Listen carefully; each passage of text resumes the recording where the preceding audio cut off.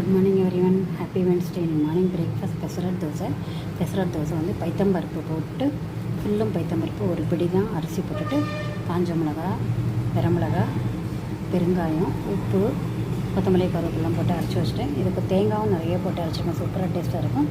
நான் கேரட்டும் போட்டிருக்கேன். அதோட சேர்த்து கலந்து போட்டு வறுத்தோம். சூப்பரான பெசரட் தோசையும் பண்ணியாச்சு. இந்த மாதிரிலாம் பண்ணி பாருங்கள், ரொம்ப டேஸ்ட்டாக இருக்கும்.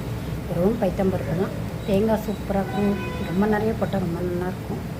தேங்காய், பெருங்காயம், கொத்தமல்லி, கருவேப்பிலை டேஸ்ட்டாக சூப்பராக இருக்கும். டிஃபன் இது வந்து கடல மாவு தோசை, பேசன் சில்லா சொல்லுவாள். கடல மாவு தான் நிறைய, ஒரு ஸ்பூன் தான் அரிசி மாவு போட்டு உப்பு, காரப்பொடி, பெருங்காயப்பொடி, கொத்தமல்லி, கருவேப்பிலாம் போட்டு ஒன்று வார்த்தாச்சு. ரவா தோசை ஆர்டினரி கஷ்ட தோசை மாதிரி வார்த்துட்டு பண்ணாங்க. பேசன் சில்லா ரெடி எடுத்து சூப்பராக இருக்கும். டேஸ்ட்டும் அந்த மாதிரிலாம் பண்ணி பாருங்கள்.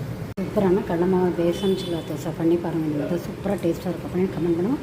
சப்ஸ்கிரைப் பண்ணுங்கள். தேங்க்யூ ஸோ மச் ஃபார் வாட்சிங்.